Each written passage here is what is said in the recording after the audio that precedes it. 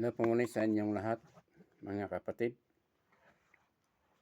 Welcome ulit sa ating programa, Jesus is Coming Very Soon.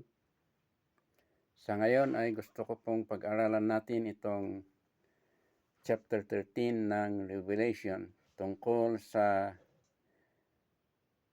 sinasabi nitong beast at saka itong 7 heads and 10 horns. Sa nagdaan ay ipinaliwanag ko sa inyo kung ano ang ibig sabihin nitong 7 heads and 10 horns sapagkat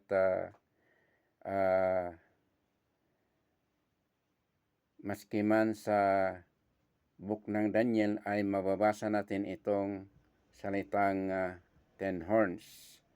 At dito din sa Revelation ay mababasa natin dito from chapter 12 ng Revelation ay binanggit itong 10 horns with itong 7 heads with 10 horns. At dito sa chapter 12 ng Revelation, maliwanag na sinabi dito na ang initiator o ang nagplano at ang may ari o nagkokontrol dito sa itong 7 heads with 10 horns ay walang iba kundi ang sinasabi dito na ang dragon, ang red fiery dragon. At sinabi natin na itong red fiery dragon ay walang ibang tinutukoy kundi si Satanas. At sinabi natin na kung bakit si Satanas ay inire-represent o isinisymbolize ng dragon ay sapagkat alam natin na ang dragon ay isang fictitious animal at wala talagang nag-i-exist na animal na dragon, kundi ito ay parang figure of speech na walang katotohanan. Ang dragon ay walang katotohanan sa kanyang existence. Ngunit kung bakit ang dragon ay nagamit na mag-symbolize kay Satanas ay sapagkat alam natin na si Satanas ay isang espiritu at hindi siya makita ng ating naked eye. So ito ang ibig sabihin ng espiritu, na maski man si Satanas ay talagang nag-i-exist at hindi natin makikita, pero mawitnessan natin ang mga iba't ibang gawain ng diablo at ang kanyang mga unseen demons or unseen evil angels. So talagang mafe-feel natin ang sinasabi ng Biblia na evil forces, gaya na ng sabi ng Ephesians chapter 6 verse 12, na sabi doon, we are not fighting against flesh and blood, but against principalities, against powers of the rulers of the darkness of this world, against spiritual forces in the heavenly realms or heavenly places. So, ito ang sinabi ng salita ng Diyos. At ang mga forces na ito ay ang kanyang leader ay walang iba kundi si Satanas. So, sinabi ko sa inyo na si Satanas ay ang may-ari nitong sinasabi dito na 7 heads and 10 horns. At pinaliwanag natin na itong 7 heads and 10 horns ay tinutukoy itong 10 hari na lilitaw dito sa sinasabi nating dating Roman Empire. At itong sinasabi dito na 7 heads ay tinutukoy itong capital ng Roman Empire na walang iba kundi yung city ng Rome, na itong Rome kasi ay binubuo ng pitong bundok. So madidiscover ninyo kung i-search nyo ang mga pangalan ng 7 bundok na bumubuo ng mapa ng Roma o Rome. So ito ang ibig sabihin ng expression na ito na 7 heads and 10 horns. At sabi ko sa inyo na itong 10 horns ay kailangan manggagaling sa teritorya ng dating Roman Empire at hindi pwedeng manggaling o mga powers na ito o mga ari na ito ay hindi pwedeng manggaling sa ibang kontinente o ibang lugar. Kailangan itong mga 10 hari na ito na may rinurule, sapagkat kung sabihin natin na isang hari, ibig sabihin siya ay may kapangyarihan. A king must have a people to rule or a country to rule. We cannot just say a person to be a king without any people or country to rule. So if we say 10 kings, it is understood that these 10 powerful kings have a people or have a country, have their countries to rule. So itong mga 10 powerful kings ay kailangan manggagaling dito sa dating Roman Empire. Maraming mga interpretasyon tungkol dito sa 10 kings na ito na sinasabi ng Daniel. Gusto ko pong tukuyan ang some of the interpretations na sinasabi nila. Sabi nila na ang itong 10 kings ay ibig sabihin mga 10 mayayaman dito sa mundo. Yun ang pagkaintindi ng iba. At ang iba naman, ang pagkaintindi nila ay itong 10 hari ay ibig sabihin mga 10 malalaking or 10 very powerful nations in this world. At kung sasabihin natin 10 powerful nations in this world ay we can include here the nations of China, the nations of America, the nations of Russia. These three first sabi natin first three mentioned great nations ay sila ang talagang napapansin natin na very powerful na countries dito sa mundo sa ating panahon. At mga iba pa na powerful o kagaya ng North Korea or anumang iba pang powerful nations. Pero maintindihan dito na it is very plain here na itong 10 hari ay kailangan manggagaling sa dating Roman Empire na ito na huminto o nasira noon. So, iyon po ang talagang ibig sabihin nitong 7 heads and 10 horns. At sa ibang salita ay pwede nating sabihin na ito po ang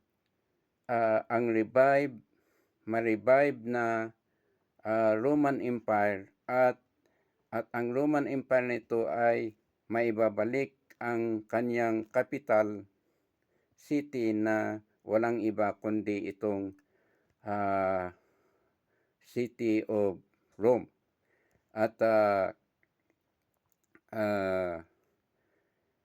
it is very, very possible na itong city of Rome ay talaga itong babalik na maging kapital ng o sabihin nga nating maging sentro ng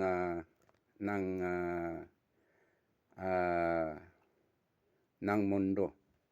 So itong Rome na ito ay ang magiging capital city ng empire na ito na itong sabihin nating revived Roman Empire. So ito ang ibig sabihin ng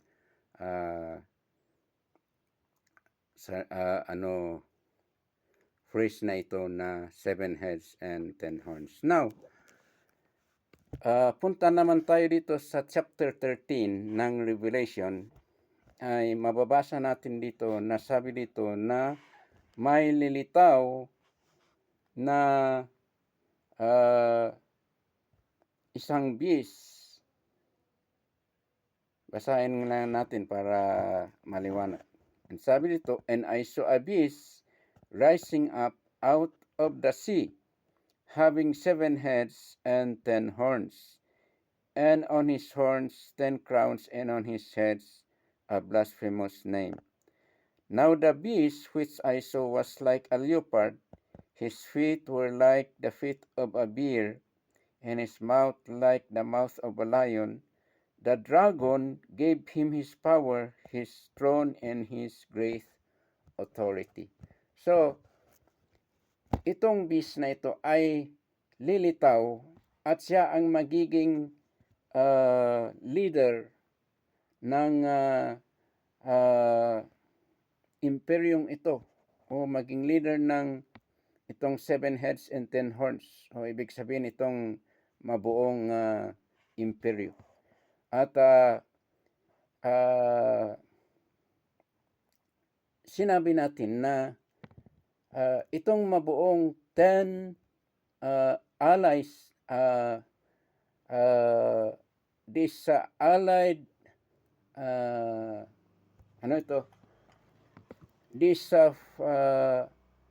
allied countries to be formed here in Europe ay ito ang magiging very powerful force na makikita ng mundo. Maybe in the very near future ay mapapansin itong mangyari sa pagbubuo ng 10 powerful countries here in Europe. At ito ang sakayan nitong beast na ito at siya ang magiging leader ng allied forces na ito at very possible na all other great countries in the world cannot be able to overcome this empire represented by these 7 heads and 10 horns, because it is Antichrist himself who will be ruling this empire. So itong beast na ito ay walang ibang tinutukoy itong beast na ito kundi siya ang sinasabi ng ibang portion ng Bible na Antikristo, kagaya ng mababasa natin sa 2 Thessalonians chapter 2 verse 9, na itong taong ito ay very cruel.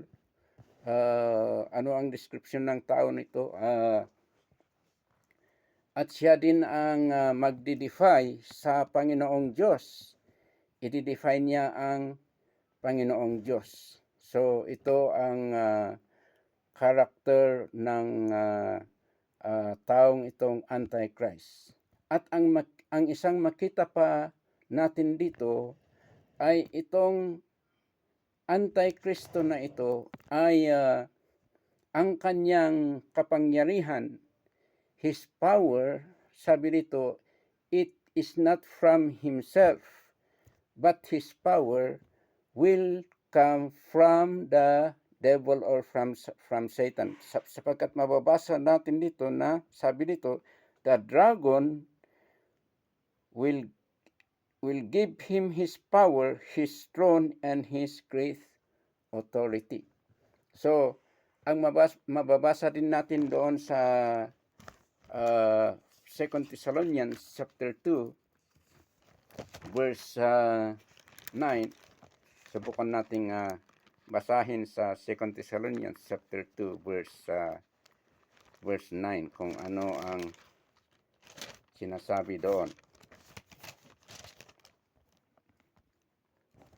2 Thessalonians chapter 2 verse 9. So, sabi din dito, basahin ko, the coming of the lawless one is according to the working of Satan with all power, signs, and lying wonders.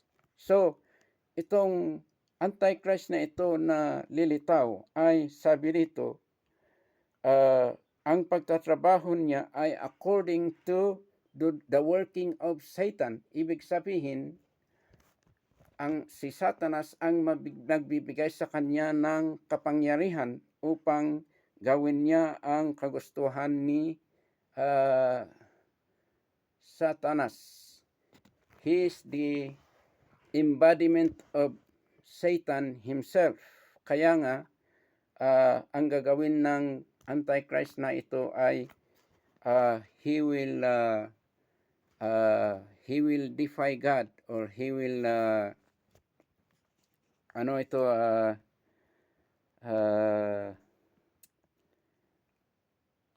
anong sabi dito,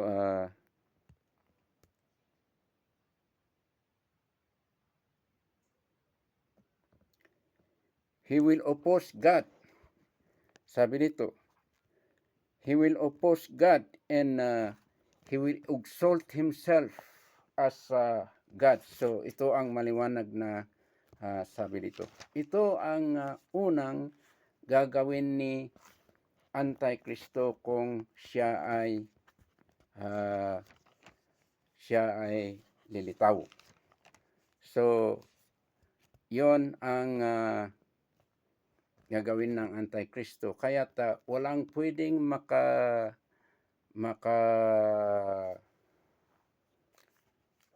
walang pwedeng, no one can be able to defeat him or can be able to fight against him, because his power is very it is a very different kind of power. It is not just the kind of power that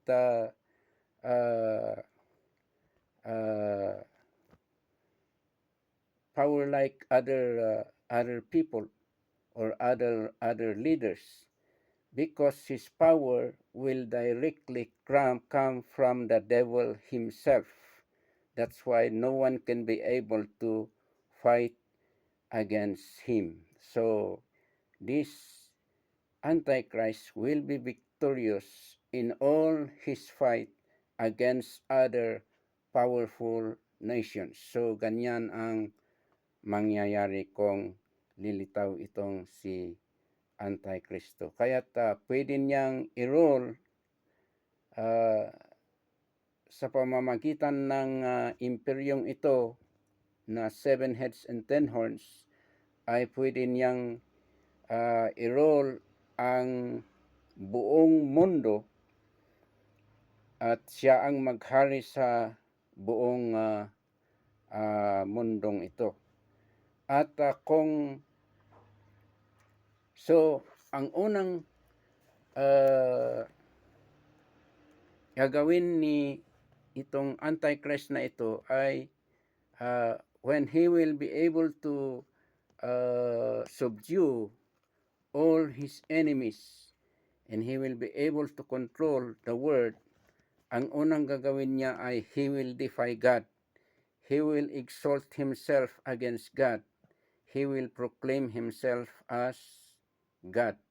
He will tell the people of the world that he is the God, or he is the Christ. So that is what this Antichrist will do when he will arise on this earth. And secondly, the thing that the devil is going to do is that he will go against the people of God. So, basahin natin. So, sabi dito, so it was granted to him to make war with the saints and to overcome them, and authority was given him over every tribe, tongues, and nations. So itong binanggit na ito, nasabi na it was granted to him to make war with the saints and to overcome them. Ang saints na ito ay tinutukoy ang nasyon ng Israel. At pwede nating i-compare dito din sa Daniel, at maintindihan natin na ang tinutukoy dito ay itong mga tao o mga tao sa Israel. So balik tayo sa Daniel chapter 7 verse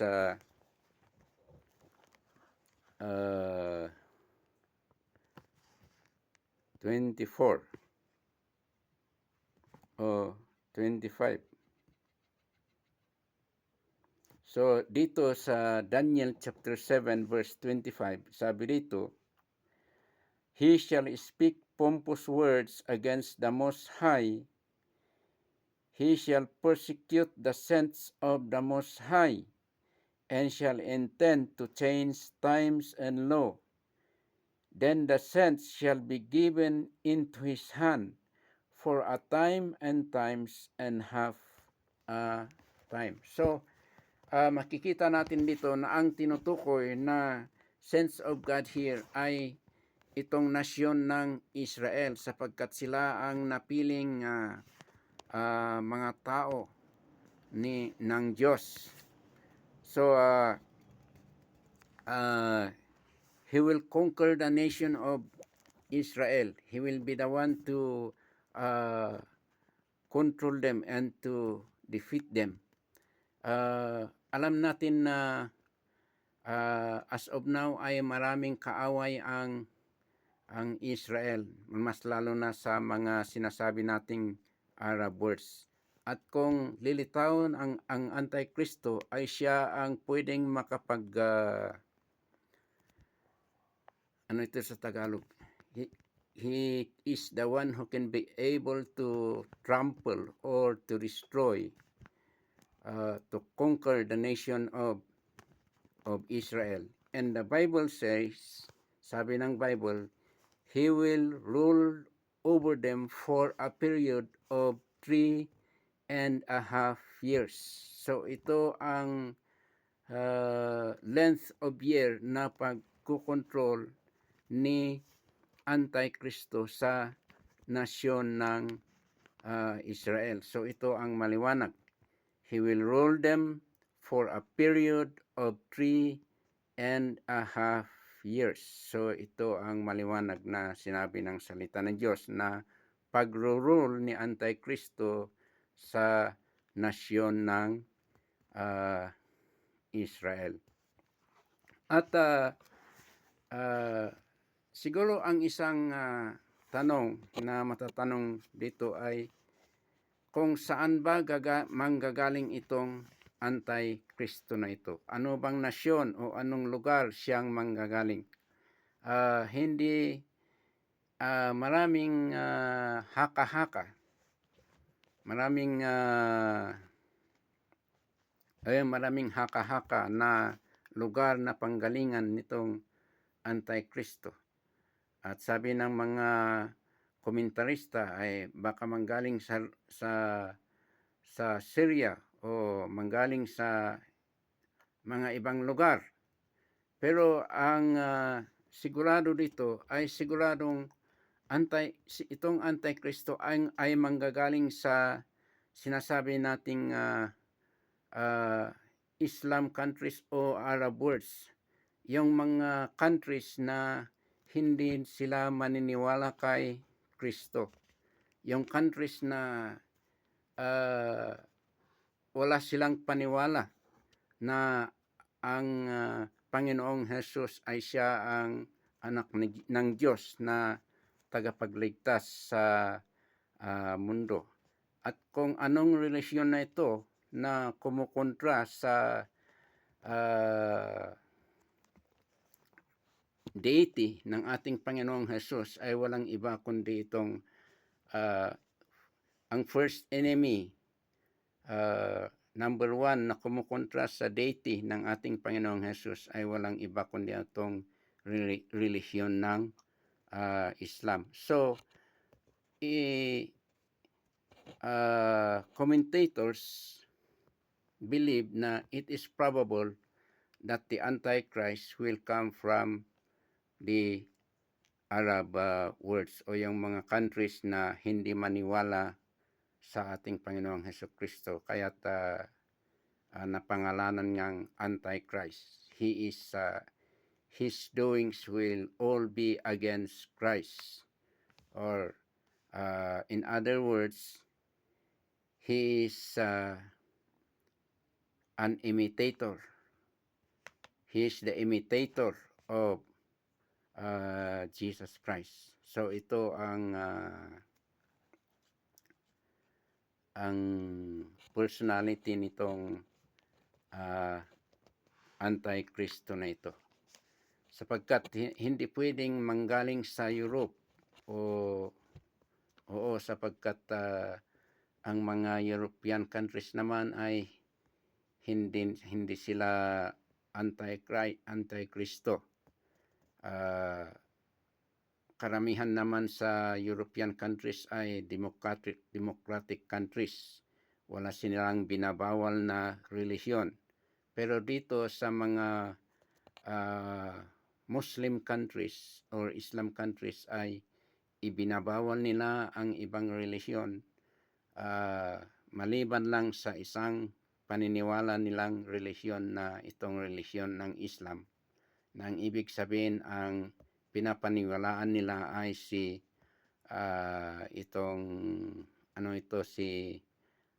Muhammad. Ito ang pinapaniwalaan nilang tunay na tagapagligtas. Kaya't inagaw nila ang Jerusalem at nagpatayo sila doon ng anong pangalan nito nung mosque, nung big dome doon sa Israel na pinagwi-worshipan nila.